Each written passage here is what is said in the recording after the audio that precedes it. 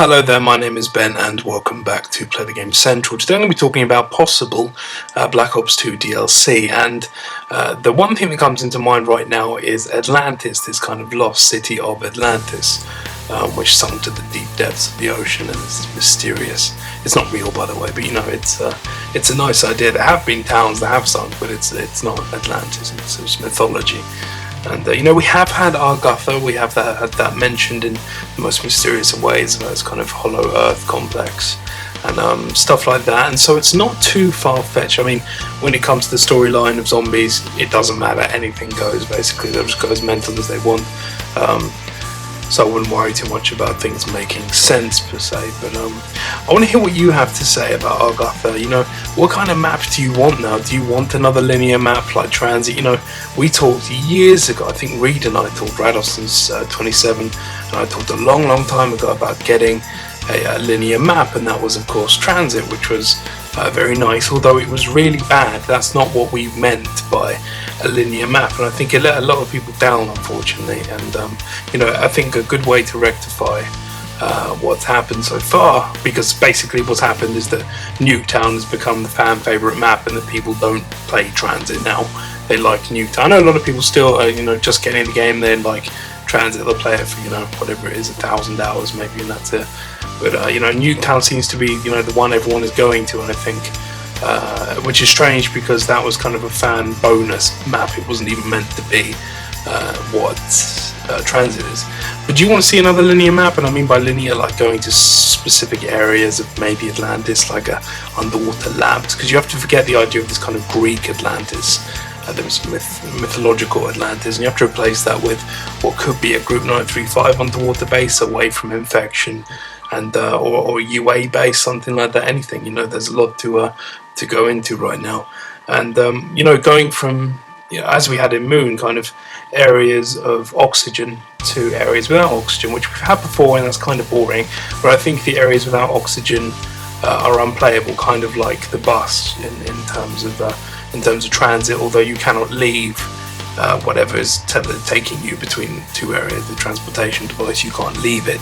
Whereas on the bus, you can just get out or jump off or anything like that. I think when you're on that, either it could be an underwater pod which takes you from area to area or whatever.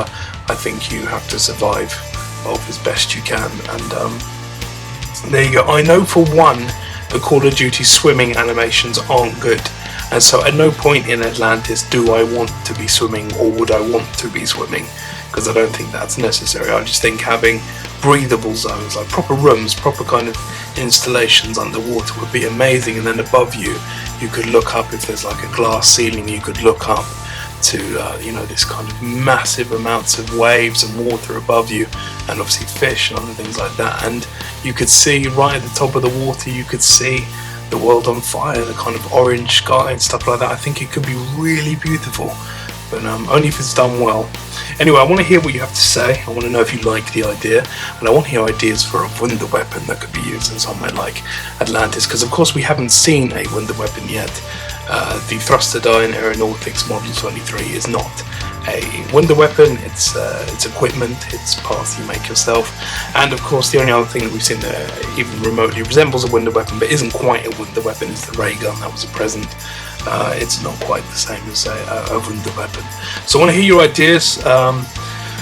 Slow moving monsters, all stuff like that. I really like the idea of you know, a kind of George Romero-esque monster that you have to target him if you want him to attack you. Otherwise, all he does is walk around, and he doesn't target you at all. But you know, there is a chance that you might hit him with one of your bullets, and at that point you need to fucking run.